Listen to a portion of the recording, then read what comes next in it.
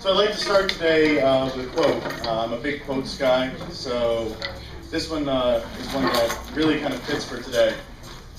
Be the change that you want to see in the world, by Gandhi. I want everyone to close your eyes real quick for me. I want you all to think of your perfect world. No disease, no hunger, no poverty, no war. And I want you to think about how we can get there. Think about the steps that you can take. Think about how every little action can lead to a big reaction that can cause this reality to take place. All right, you guys can open your eyes now. So first, I'd like to tell you a little bit about my story. I started off in high school as a youth activist. How many of you guys heard of the Truth Campaign and SWAT? Oh, good. All right. Well, I was a SWAT member actually here in Pasco County. And for me, it was a very personal issue. My mother, who's in the audience, in the back there, and my father, as she's very proud Italian mother, both my parents smoked. And a lot of people in my family smoked. So this was an issue that I saw firsthand, the problems that can cause. When I was a young boy, I witnessed my father collapse on the ground because he was unable to breathe because of his emphysema and had to be rushed to the hospital. And when I went to school, I didn't know if he was going to be there when I got back. I took that energy, and once I discovered the Truth Campaign and the SWAT program, I took that as my motivation to get involved and to create change. Now, the story takes a little bit of a winding path here. When I was in my senior year of high school, the program, which is funded through the state of Florida, received a funding cut. The program was funded at $39 million. They cut the program to $1 million. Devastating. The Truth Campaign was world-renowned. It was known as the model program for tobacco prevention and youth empowerment in general. A lot of youth empowerment programs that are out there now are based from the same model as the Truth Campaign. A lot of people stood aside and figured that the end of the program was here. I, however, decided to take a stand. I did something that a lot of people thought that no one would do.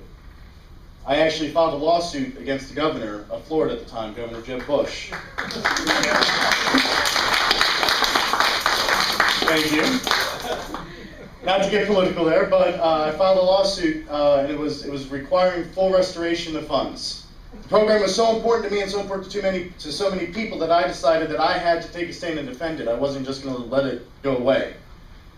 Rose enough awareness about the issue. The legislature, the governor, even our current governor, the attorney general at the time, promised that the funding would return. So, me and my attorney, who was actually one of the attorneys who won the tobacco lawsuit for Florida when Governor Lawton Chiles went after the tobacco industry, we withdrew our lawsuit, believing that our politicians would restore the fundings as they said. It took a ballot initiative several years later by the people of Florida to actually get the funding to come back. And now the program is actually funded higher than when I was involved in the program. And I believe that my actions and the actions of so many others led to that occurring, because if no one stood up at that time, then the program would have just went away. So now that's a really inspiring story. I hope that you guys enjoyed the story, but that's not what I want to talk to you guys about. That's just to set up the tone for you, that one person can stand up and make a difference. I was one person, I stood up, and I hope that I made a difference. This quote really kind of sums up what I went through and what I want to kind of get to you guys. Don't go where the path may lead. Go where there is no path and leave a trail. Trailblazers. Any major change that has happened in the world has happened because someone has led the way and decided to take that first step and left a trail for others to follow. So this was my story, but I want to know what your story will be. A major thing that we need to get across, and a lot of it has happened today, you guys have all heard, youth equal power. The power of youth is tremendous. Together as one voice, we can be heard. A lot of people think that youth are not powerful. However, we are. We're not just the future. We're referred to as the future of our planet. But we're not just the future. We are our present as well. Adults in the room need to understand that the youth in this room are not just the future, they're our present. They can help create the change that needs to happen. Now, get this to move here. Out of the wonders of technology. There we go, thank you. These are just some of the stereotypes that youth face. These stereotypes are either what they view adults to see them as or what adults have actually said they are. Just to point out a few: dangerous, promiscuous, thugs, destructive, weak, know-it-alls. Now there's a couple in here that really kind of stick out to me and that I'm actually proud to have as a stereotype. One of them is rebellious. Now a lot of people think that rebellion is a bad thing, that it's defying the rules to get into trouble. However, defying the rules to make change when change needs to happen is true rebelliousness and positive rebelliousness. It is not just people acting bad and rebelling because they want to rebel. They rebel because there is a need to rebel. But stereotypes do not define who we are. Our actions will create who we will be. And this has already begun, and it's growing. And you guys have heard a lot of those stories today, and you're going to hear more of those stories as we continue in the afternoon. Our president has a pretty good quote here. A change is brought about because ordinary people do extraordinary things. Think about that for a second. What makes any one person more extraordinary than the other? We are all the same person. We are all people. We are all united as one. But when someone decides to take action in an extraordinary level, then change can happen. One example of this, how many of you guys recognize this name? Okay, how many of you guys know of the website Facebook? Okay, more people familiar with that. This is the man that created Facebook, Mark Zuckerberg. How many of you want to take a guess as to how old Mark Zuckerberg was when he invented Facebook? Shout out a number. 19. I heard someone say it. He was 19.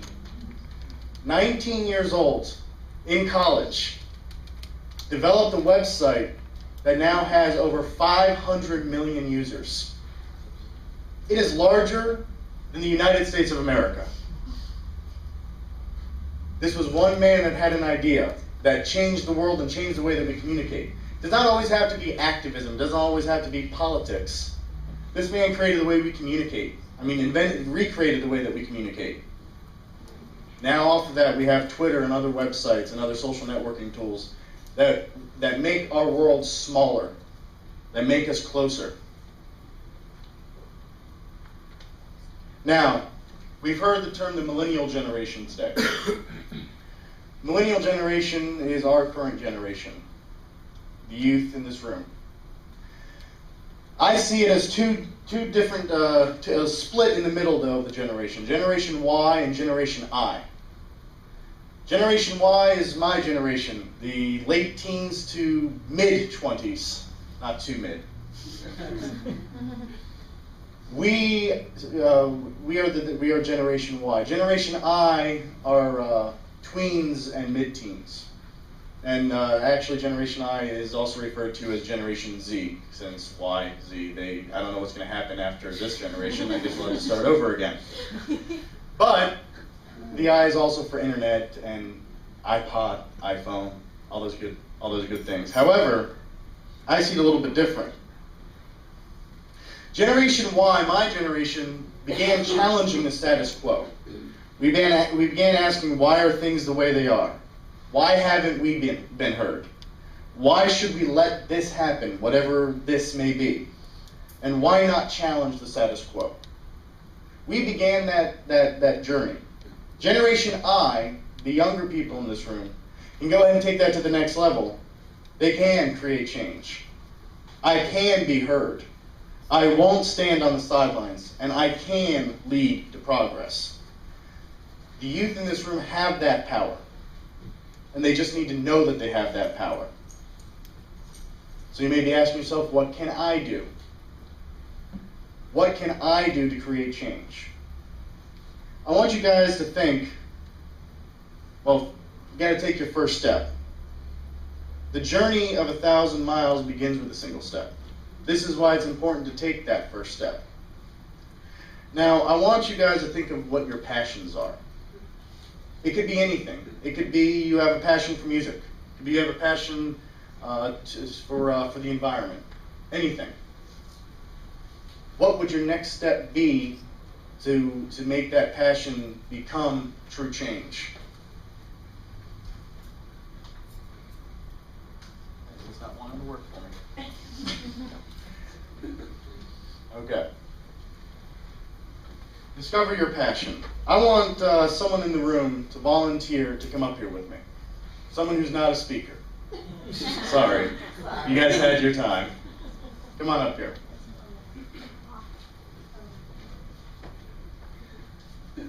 Go ahead and tell everyone what your name is. Chantelle. Say hi, Chantelle. Hi, Chantelle. Okay. So everyone has a passion, right? What's your passion? I want you to tell everyone what Music. your passion is. Music. So she's discovered her passion. Now, it's time to spread your message. I want you to tell the audience in one sentence why music is your passion. Sit up to the mic. There you go. Music makes me happy. It brings me joy. And when I sing and when I play musical instruments, I feel like people are listening to what I have to say. And when I'm not singing, I still feel like I'm being heard.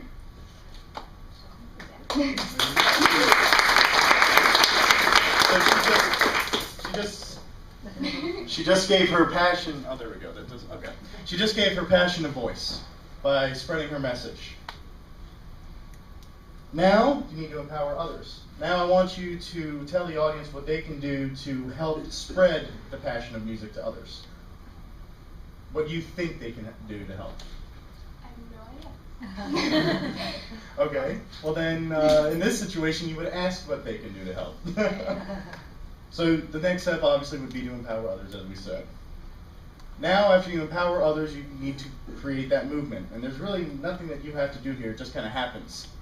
So I want everyone to show your support for music by standing up, applauding, screaming, however you want to show your appreciation for the passion of music.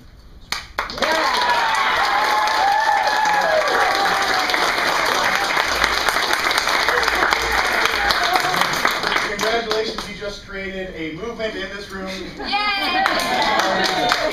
Thank you very much.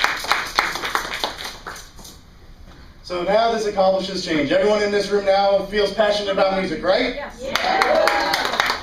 So then there you go. So then change can be accomplished just by following those steps. Anyone can be an activist. Anyone can change the world. Now I'm a quote guy, so I just had to kind of throw in one of my own quotes. I'm not a famous historian or anything like that, but I like this. The battle cry of the masses originates with the whisper of one. One person, one thought, one idea can transform the world. We all know this. We've seen this. I've repeated it. Everyone in this room has said it. We understand it. Think of what happens if you unite all of your ideas together in this room and take it to those next steps. Think of the change that can come out of just this room alone. All the different passions. So I want you guys to do this for me. Leave here today and take that next step. Create the change based on your passions. This is not just for you guys to come here and listen. You guys need to take action and be the change that you want to see. Thank you.